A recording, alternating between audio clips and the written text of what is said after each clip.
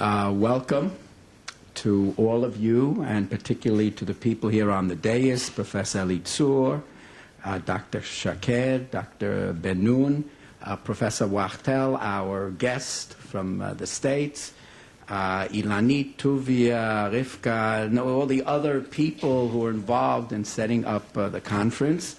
It's ironic that the person who's starting to speak at this conference is a social psychologist.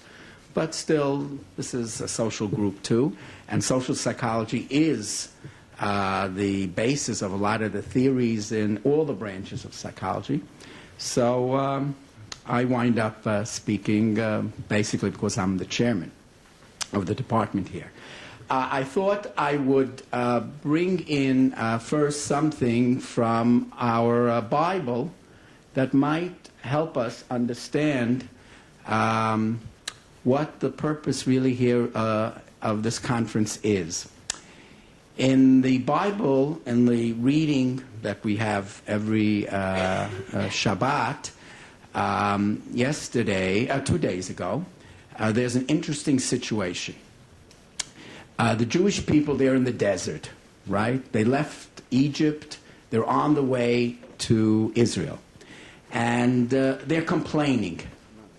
I guess maybe that's endemic in Jewish people. But here they are in the desert, and they're complaining. And there's an interesting dialogue that goes on between Moses and the Jewish people. Moses, he's clear. He wants to go to Israel, right? He's goal-oriented. He has guidelines in his mind. He has values. Israel, what are you complaining about that you're in the desert and you don't have meat? That's one of their complaints. They want to eat meat. And Moses says, what are you talking about? We're going to Israel. This is the Holy Land. And he doesn't understand that the people want meat. The people, some even say they want to go back to Egypt. And there's a dialogue going on. Really, it's a dialogue where the two of them are not talking to each other, they're talking in parallel. And who intervenes? Who's the most appropriate interventionist that you could think of? God.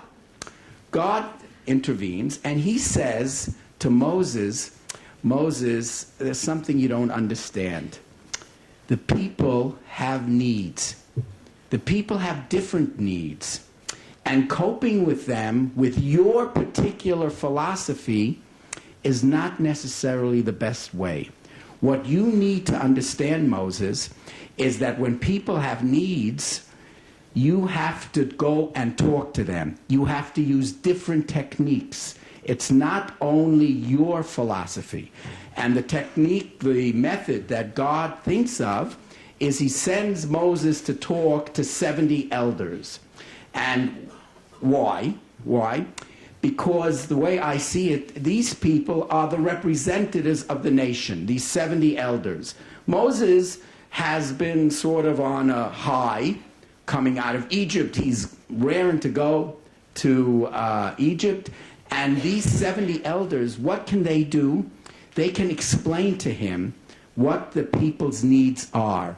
And only if you understand what the people's needs are, and only if you can use different techniques, not only, I'm sure there were some, I hope, there were some people who left Egypt who were raring to go like Moses, but many weren't.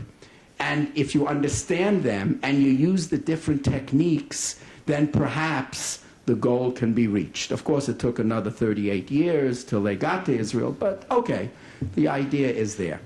Our department, which I'm the head of, I think I'm very proud. Why?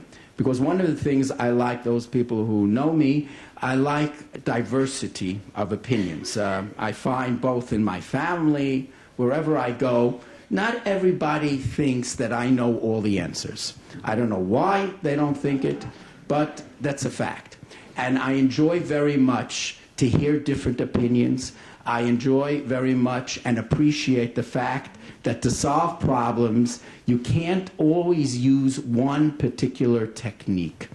And in our department, We have training in CBT and schema-focused CT and short-term psychodynamic approach. Everything, by the way, which is very important, our department is also research-oriented.